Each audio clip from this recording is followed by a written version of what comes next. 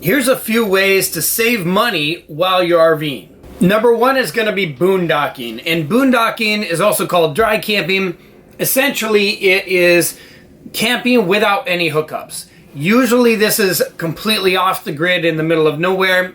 And it is by far, in my opinion, the best thing about RVing.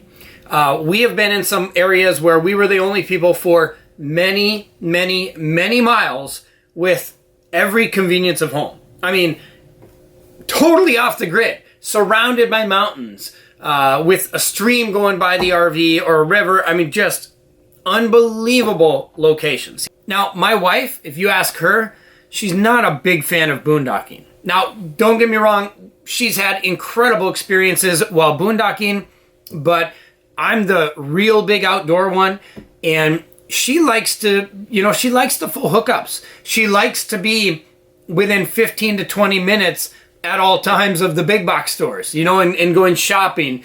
And you're not going to get that in some of the areas that I'm going to take her. So, everything is give and take. And the good thing is we've been able to find compromise where we can go and have the luxury full hookup RV resort experience. And then on our way to the next luxury RV resort, we'll go ahead and stay off the grid for 2 weeks in a boondocking spot. So it's a total win-win. I get my adventure and she gets her glamping. If you don't know what that is, it's glamorous camping. Because a 45-minute shower while you're camping is pretty glamorous. The next thing is doing long-term stays. Now, you can go for a campground and stay for a week. You could stay for a day. I mean, whatever length you want. But if you stay longer, let's say a month, even 3 months, sometimes they'll have really good specials if you want to do 6 months, although that's a little bit long.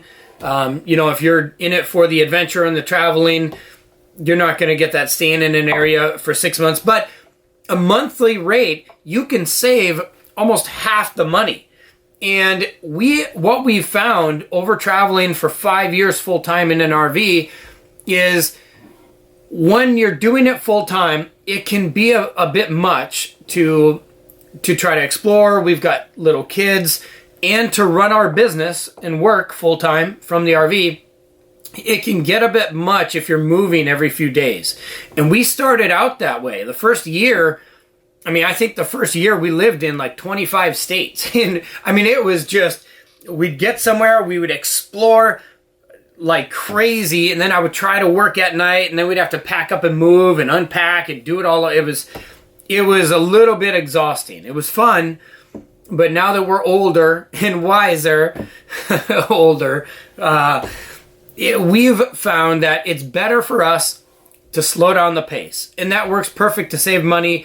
Again, when you stay for a month, you not only save money, but you can explore the area and you'll see things and experience things that you wouldn't be able to do if you're just rushing through to hit the high points of it.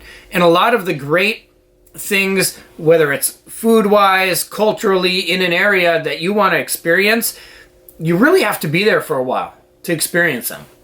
Another way to save money is off-season rates. Now, we're full-timers, so we're camping year-round, but we love off-season camping. And what I mean by that is when you go to major areas that are really popular for camping, right? Whether it's Yosemite or, you name it.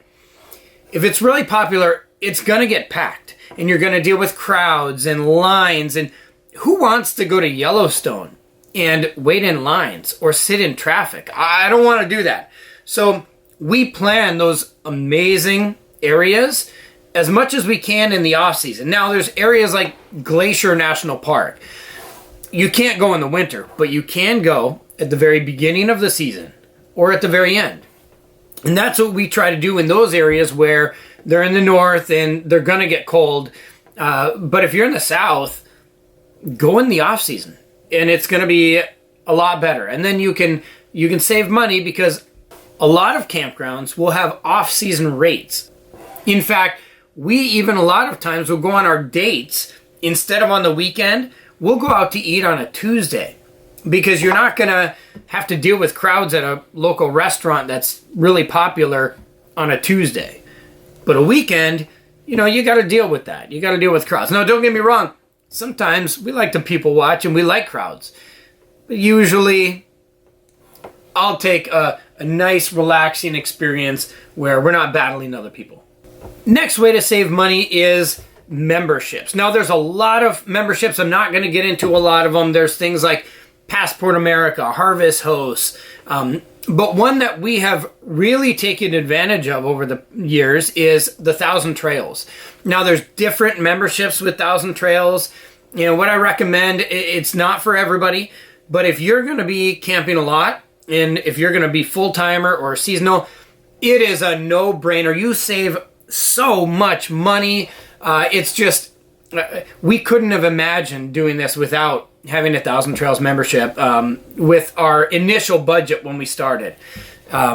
We've been in beautiful areas of the country, in beautiful parks, and it costs us nothing to stay there, other than, of course, our annual fee that we have to pay with them. Again, variety of great memberships out there, but that's been one that's been really fantastic for us.